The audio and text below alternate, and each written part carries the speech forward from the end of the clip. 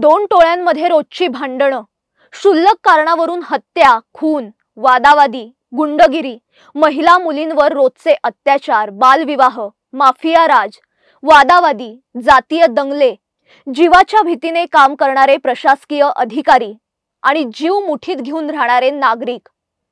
तुम्हाला वाटेल एखाद्या MX प्लेयर किंवा नेटफ्लिक्सवरच्या वेब सिरीजची ही स्टोरी आहे किंवा बिहार मधल्या एखाद्या जिल्ह्यामधली घटना, पण नाही। महाराष्ट्रातलाच एक जिल्हा जिथे गेल्या अनेक वर्षांपासून ही परिस्थिती आहे आणि तो जिल्हा म्हणजे बीड। नमस्कार, मी बागेश्री पारनेरकर आणि आपण पाहत आहात आकार DG9। मराठीतील आद्य कवी मुकुंदराज हे बीड जिल्ह्यातले, तसंच 12 ज्योतिर्लिंगांपैकी एक असलेलं परळी वैजनाथ हे सुद्धा बीड जिल्ह्यातच। त्यामुळे ऐतिहासिक धार्मिक अशी बीड जिल्ह्याची ओळख। पण गेल्या अनेक वर्षांपासून वाढती गुन्हेगारी, बिघडलेली कायदा सुव्यवस्था, गुंडगिरी, खंडणी, डॉक्टर सुदाम मुंडे गर्भपात प्रकरण यामुळे गुन्हेगारी पार्श्वभूमीचा जिल्हा म्हणून बीड जिल्ह्याची नवीन ओळख निर्माण झाली आहे।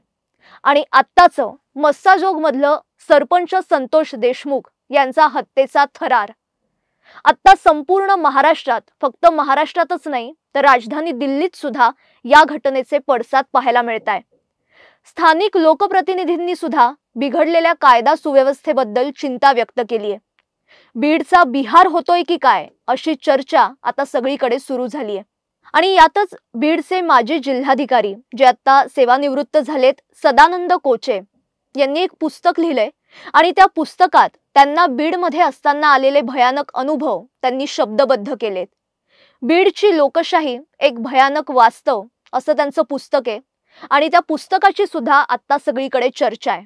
यात त्यांनी राजकारण्यांची मानसिकता, तिथली गुन्हेगारी पार्श्वभूमी याबद्दल उघडपणे त्यांना आलेले अनुभव लिहिलेले आहेत। आणि सरपंच हत्या प्रकरण जे आहे त्याचे संपूर्ण राज्यात पडसाद उमटताना आपल्याला पाहायला मिळतायत। या घटनेत रोज धक्कादायक खुलासे जे आहेत ते समोर येत आहेत। मुख्यमंत्री देवेंद्र फडणवीस यांनी सुद्धा यात लक्ष घातलंय।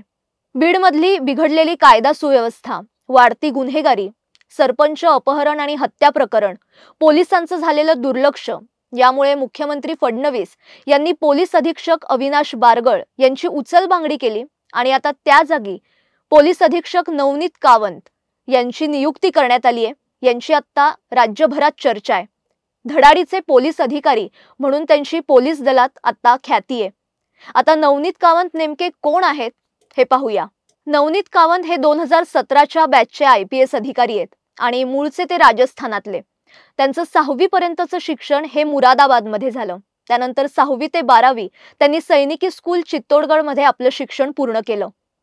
शाळेत असताना एक सर्वसाधारण विद्यार्थी म्हणून ते ओळखले जायचे, पण एकदा त्यांना त्यांच्या वडिलांनी आव्हान दिलं आणि त्यानंतर स्वतःवर विश्वास ठेवून 10वी, 11वी, 12वी त्यांनी प्रथम क्रमांक पटकावला आणि तेव्हापासून त्यांचा स्वतःवरचा विश्वास वाढला। सुरुवातीपासूनच त्यांचा ओढा हा खाजगी क्षेत्राकडे होता। त्यांची आई शिक्षिका आणि वडील निवृत्त रेल्वे अधिकारी आहेत। सुरुवातीपासूनच वडिलांनी त्यांना स्पर्धा परीक्षा देण्याबाबत मार्गदर्शन केलं, पण 12वी नंतर त्यांनी IIT मध्ये प्रवेश केला, BTech पूर्ण केलं। IIT मधून पदवी संपादन केल्यानंतर त्यांनी सॉफ्टवेअर डिझाईन इंजिनियर म्हणून काम सुरू केलं आणि हे करत असतानाच त्यांनी स्पर्धा परीक्षेची तयारी सुरू केली। त्यासाठी ते दिल्लीत गेले आणि स्पर्धा परीक्षा दिल्यानंतर 2017 मध्ये ते IPS झाले। छत्रपती संभाजीनगर शहरात त्यांनी पोलीस उपायुक्त म्हणून काम केलं होतं। धाराशिवमध्ये अतिरिक्त पोलीस अधीक्षक म्हणूनही त्यांनी जबाबदारी सांभाळली आहे आणि आता बीडचे पोलीस अधीक्षक म्हणून नव्याने त्यांच्यावर जबाबदारी देण्यात आली आहे। एक शांत, धडाडीचे पण ठाम अधिकारी म्हणून त्यांची ओळख आहे। आता बीडची बिघडलेली कायदा सुव्यवस्था नीट करण्यात नवनीत कावंत हे सिंघम ठरणार का हे पाहणं महत्त्वाचं आहे। बीडमधली एकूणच जर परिस्थिती पाहिली तर आता पोलीस प्रशासनासमोर अनेक आव्हानं आहेत। पोलीस अधीक्षक पदाची सूत्र स्वीकारल्यानंतर नवनीत कावंत यांनी सगळ्यांशी संवाद साधला, तेव्हा ते असं म्हणाले की कायदा हा सगळ्यांसाठी समान आहे। सर्वांनी नियमांचं आणि कायद्याचं पालन केलंच पाहिजे। जो कायदा मोडेल त्याच्यावर कठोर कारवाई केली जाईल। मग पोलीस प्रशासनातील जरी एखादी व्यक्ती असेल तरी त्याच्यावर कारवाई होईल। बीड भयमुक्त करणार, त्यासाठी मी प्रयत्नशील आहे असं आश्वासन सुद्धा त्यांनी बीडवासियांना दिलंय। त्यामुळे गुन्हेगारीपासून काहीशी आपली सुटका होईल अशी आशा आता बीडवासियांमध्ये निर्माण झाली आहे। वाढत्या गुन्हेगारी पार्श्वभूमीवर जर पाहिलं तर बीडमध्ये खंडणी किंवा वाळू माफिया, गुंडगिरी याचं प्रमाण आता प्रचंड वाढलंय। त्यामुळे सरपंच हत्या प्रकरणाचं मूळ आणि माफियांचं कूळ शोधण्याचं आव्हान आता नवनीत कावंत आणि संपूर्ण पोलीस प्रशासनासमोर आहे।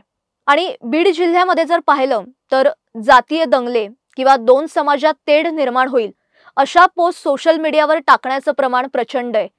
त्यामुळे या प्रकरणांवर सुद्धा लक्ष देणं हे एक आव्हान आता पोलीस प्रशासनासमोर आहे। त्याचबरोबर ज्ञानराधा मल्टीस्टेट कोट्यावधींचे घोटाळे झालेत, अनेक ठेवीदारांच्या ठेवी अडकल्यात। त्यामुळे आता नवनीत कावंत हे पोलीस अधीक्षक म्हणून आलेत। त्यामुळे ठेवीदारांच्या आशा सुद्धा आता उंचावलेल्या आहेत। आपल्या ठेवी, आपले अडकलेले पैसे आपल्याला लवकरात लवकर मिळतील अशी अपेक्षा आता त्यांच्याकडून सुद्धा केली जाते। त्यामुळे मुख्यमंत्री देवेंद्र फडणवीस आता बीड जिल्ह्यातला गुन्हेगारी पॅटर्न मोडून काढणार का? बीडचा बिहार होतोय हा शिक्का ते पुसणार का? आणि त्यासाठी नवनीत कावंत हे सिंघमची भूमिका पार पाडणार का? हे पाहणं आता महत्त्वाचं आहे। तुर्तास मी इथेच थांबते, पण याविषयी तुम्हाला काय वाटतं ते नक्की कळवा। पुन्हा अशाच नवीन विषयासह भेटूया। तोपर्यंत पाहत रहा आकार DG9। नमस्कार।